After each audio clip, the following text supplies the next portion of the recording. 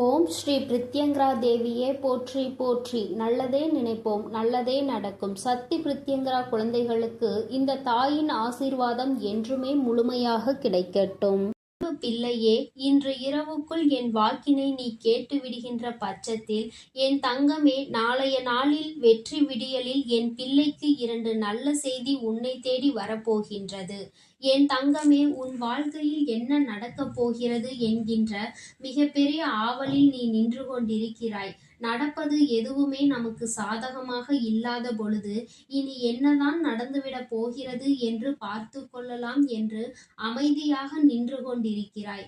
உனக்கு அந்த விஷயத்தில் அம்மா 2 நல்ல செய்தியினை கொண்டு வந்து உன் கைகளில் கொடுத்துவிட வேண்டும் என்று முடிவெடுத்து விட்டேன். என் பிள்ளையின் வாழ்க்கையை இப்படியே விட்டுவிட்டால் என் பிள்ளை நிச்சயமாக நீ ஏதாவது ஒரு சூழ்நிலையில் மனமுடைந்து வாழ்க்கையின் ஓரத்திற்கு சென்று விடுவாய். இனிமேல் இது என் வாழ்க்கை என்ற மனநிலைக்கு நீ வந்து விடுவாய். ஆனால் நிச்சயமாக உன்னை அந்த மனநிலைக்கு கொண்டு செல்ல உன் தாயானவள் நான் விரும்பவில்லை. அதற்கு முன்பே உன்னை நல்ல நிலைக்கு கொண்டு வந்து உன் வாழ்க்கையை மீண்டும் உன் கைகளில் கொடுத்துவிட உன் தாயானவள் நான் தயாராக இருக்கின்றேன். என் தங்கமே, என்னுடைய அன்பினை உணர்ந்திருக்கின்ற பிள்ளைகள் யாரும் வாழ்க்கையில் எந்த சூழ்நிலையிலும் தவறான முடிவுகளை எடுத்துவிட மாட்டார்கள். நீயும் என்னை நம்பி என் வாக்கினை கேட்டு அதன்படி நடந்து கொள்ளும் பட்சத்தில் நல்ல நாட்களில் எல்லாம் உனக்கான நல்ல செய்தி உன்னை தேடி வந்து கொண்டே இருக்கும் என்பதில் எந்த ஒரு மாற்று கருத்துமே கிடையாது. என் தங்கமே, மனதிற்குள் கவலைகள் என்பது யார் கொண்டு வந்து சேர்க்கின்றார்கள்? அடுத்தவர்கள் தருவதை ஏற்றுக்கொண்டால் அது உனக்கு கவலையை மட்டும்தான் கொடுக்கும். என் தங்கமே, அந்த கவலை உனக்கில்லை என்பதை நீ எப்பொழுதும் புரிந்து நடந்து கொண்டால் போதும். என் தங்கமே, நல்ல செய்தி என்றால் என்ன? நீ நினைத்த விஷயம் உனக்கு நல்லதை செய்து கொடுப்பதுதான். நீ எந்த லட்சியத்தை நோக்கி பயணித்து கொண்டிருக்கின்றாயோ அந்த லட்சியத்தில் உனக்கு ஏற்பட்ட தடங்களை சரி செய்து உனக்கான நல்ல செய்தியினை உன்னிடத்தில் கொண்டு வந்து சேர்ப்பதுதான் அந்த நல்ல செய்தியாகும். அந்த நல்ல செய்தியை அம்மா உனக்கு இன்று தருகின்றேன் என்றால் என் பிள்ளைக்கு அது சந்தோஷம்தானே. நாளைய வெற்றி விடியலில் உனக்கு மங்களகரமான விஷயங்கள் வந்தடைய போகின்றது. உன் வாழ்க்கையில் ஒரு அற்புதம் நடக்கும் என்றால் அதை உன்னால் நிச்சயமாக ஏற்றுக்கொள்ள முடியாத மிகப்பெரிய அதிசய மாற்றமாக தான் இருக்கும். என் தங்கமே, தெய்வத்தின் சக்திகள் எல்லாம் அதிசக்தி வாய்ந்த நாட்களில் மிகவும் அதிகமாக இருக்கும்.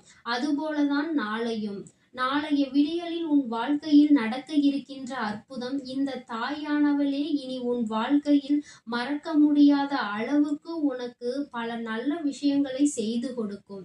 நல்லது எது, கெட்டது எது என்று என் பிள்ளை எப்பொழுதுமே தெரிந்து கொண்டு நீ வாழ வேண்டும்.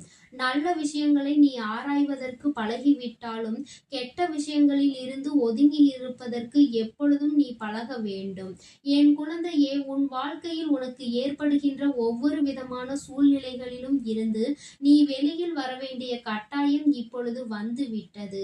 இனியும் முடங்கி கிடக்க அம்மா ஒருபொழுதும் உனக்கு அனுமதி கொடுக்க மாட்டேன். என் தங்கமே, நீ எழுந்து நடந்தால்தான் உன் கைகோர்த்து நடக்க முடியும் என்பதை நீ மறந்து விடாதே. உன்னை ஒரு நாளும் தனிமையில் விட்டுவிடவோ உன் வாழ்க்கையில் உனக்கான நல்லதை கொடுக்காமல் விட்டுவிடவோ அம்மா நினைத்தது கிடையாது. தனிமை என்றால் அந்த தனிமை உனக்கு நல்லதை கொடுக்க வேண்டும். மாறாக அந்த தனிமை உனக்கு கெட்ட சிந்தனைகளை கொடுத்துவிடக் கூடாது. எந்நேரம் உனக்கு கெட்ட சிந்தனைகள் வருவதாக தோன்றுகிறதோ அந்த நேரம் இந்த வராகி உன் முன்னால் தோன்று இருப்பாள் என்பதை நீ மறந்து விடாதே. என் தங்கமே, சில நேரங்களில் நீ நினைக்கின்றாய், அம்மா எனக்கு மன கஷ்டமாக இருக்கிறது என்று தெய்வத்தை நாடி கோவிலுக்கு செல்கின்றாய். ஆனால் அங்கும் நம்முடைய மனது வேதனைப்பட்டால் நாம் யாரிடத்தில் சென்று நம் கஷ்டங்களை சொல்வது என்று என் பிள்ளை யோசிக்கின்றாய் அல்லவா? இது நிறைய குழந்தைகளுக்கு இப்பொழுதெல்லாம் நடந்து கொண்டிருக்கிறது. தெய்வத்தை நாடி அங்கே செல்லும் பொழுது அங்கு இருக்கின்ற சில மனிதர்களினுடைய வார்த்தைகளினால் உன்னுடைய மனது உடைக்கப்படுகின்றது. என் பிள்ளையே, தெய்வத்தை சரியாக கூட தரிசனம் செய்ய முடியாமல் நீ வெளியில் வந்து விடுகின்றாய். இப்பேற்பட்ட மனநிலையில் நீ என்ன சிந்திக்க வேண்டும் தெரியுமா? நாம் வந்தது தெய்வத்தை தரிசிக்க மட்டும்தான். நீ வெளியில் இருந்து வணங்கினாலும் சரி, அருகில் நின்று வணங்கினாலும் சரி, நீ வணங்குகின்ற தெய்வத்தின் பெயரை உன் வாயால் உச்சரித்து விட்டாலே போதும். அத்தனை பேரையும் தாண்டி அந்த தெய்வத்தின் ஆசீர்வாதங்கள் உன்னை வந்து சேர்ந்து விடும். இடையில் இருக்கின்ற இந்த மனிதர்களை எல்லாம் ஒரு பொருட்டாக நீ ஒருபொழுதும் நினைக்க கூடாது. தெய்வத்தின் சன்னதியில் இருந்து எவன் ஒருவன் அதிகாரபூர்வமான வார்த்தைகளை விடுகின்றானோ அவன்தான் வாழ்க்கையில் எல்லாவற்றிற்கும் சேர்த்து சேர்த்து அனுபவிக்க போகிறான் என்பதை நீ புரிந்து கொண்டு தெய்வத்தை காணும் பொழுது மனவேதனை அடையாதே. பேசுகின்ற வார்த்தைகள் அவர்களுக்கே அது திரும்பிச் செல்லும் என்பதை நீ புரிந்து கொள்ள வேண்டும். என் தங்கமே, அம்மாவிற்கு இதுவெல்லாம் எப்படி தெரியும் என்று நினைக்கின்றாயா? என் குழந்தையே, நான் நிறைய பேரை கண்டுவிட்டேன்.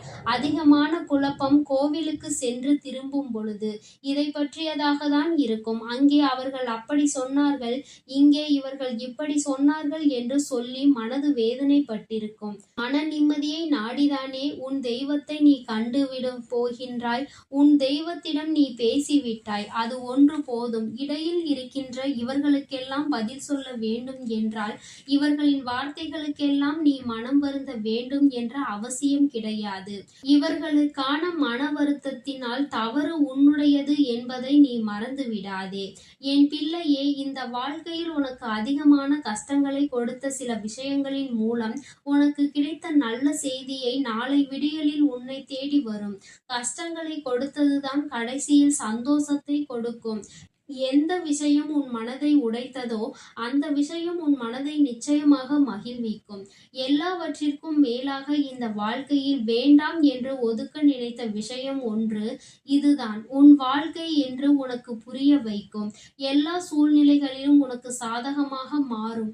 நாளைய விடியலில் என் பிள்ளை மனதிற்குள் முதலில் நீ வைத்துக் கொள்ள வேண்டிய விஷயம் என்ன தெரியுமா? என்ன நடந்தாலும் இந்த நாளில் நான் நினைத்ததை சாதித்தே தீருவேன். இன்று நான் நினைத்த வெற்றியை அடைந்தே தீருவேன் என்று. யாருடைய வார்த்தைகளுக்கும் இன்று நான் மயங்க மாட்டேன். யார் என்னை எவ்வளவுதான் மட்டம் தட்டினாலும் என்னுடைய திறமை என்னவென்று எனக்கு தெரியும். அதை பிடித்து கொண்டு நான் இந்த நாளை நிச்சயமாக கடப்பேன் என்ற நம்பிக்கையோடு என் பிள்ளை நீ தொடங்க வேண்டும். என் தங்கமே, தெய்வத்தின் அன்பை பெற்றிருக்கின்ற நீ தெய்வத்திடம் இருக்கின்ற வீரத்தையும் பெற்றிருக்க வேண்டும் அல்லவா? அதைதான் அம்மா உன்னிடத்தில் சொல்கின்றேன். மனதிற்குள் பயம் என்ற ஒன்று எப்பொழுதும் இருக்கக்கூடாது. எதற்கு பயப்பட வேண்டுமோ அதற்கு தான் பயப்பட வேண்டுமே தவிர தேவையில்லாத ஒவ்வொரு விஷயங்களுக்கும் நீ பயப்படக்கூடாது. என் தங்கமே, உன்னுடைய பயத்தை தெரிந்து கொண்டால் உன்னுடைய பலவீனம் என்னவென்பதை உணர்ந்து கொண்டு உன் வாழ்க்கையை அழிப்பதற்கு நிச்சயமாக நிறைய பேர் உன்னை தேடி வருவார்கள். அடுத்தவனுக்கு வாழ்க்கையை கொடுக்க இங்கு எவனுக்கும் மனமில்லை.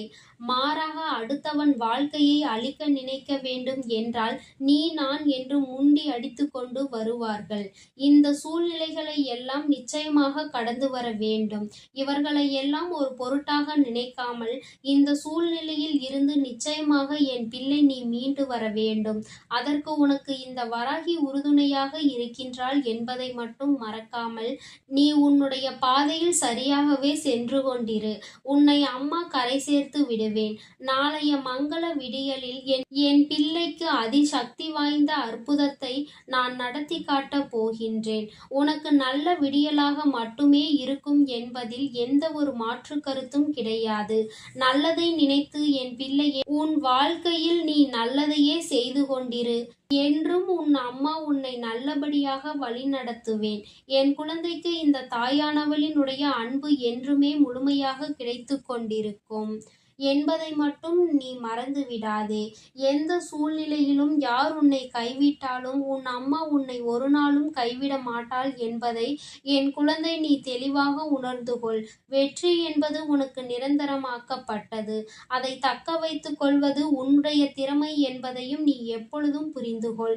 என் தங்கமே, நான் நடத்தி தருவேன் என்ற நம்பிக்கையோடு இந்த அம்மாவை எதிர்நோக்கி காத்திருக்கும் என் பிள்ளைக்கு வெற்றி செய்தி நாளைய விடியலில் உன் அம்மா என் மூலமாக நிச்சயமாக வந்து சேரும் என்று உன் தாயானவள் உனக்கு அன்பான வாக்குறுதியினை கொடுக்கின்றேன். உன்னுடைய அன்பை நான் எதிர்பார்த்து காத்து கொண்டிருக்கின்றேன்.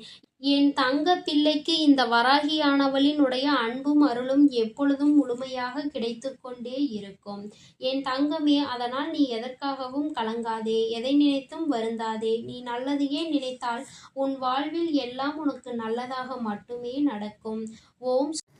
என் அன்பு குழந்தைக்கு இந்த சக்தி பிரித்யங்கராவின் அன்பும் ஆசீர்வாதமும் முழுவதுமாக கிடைக்கும்.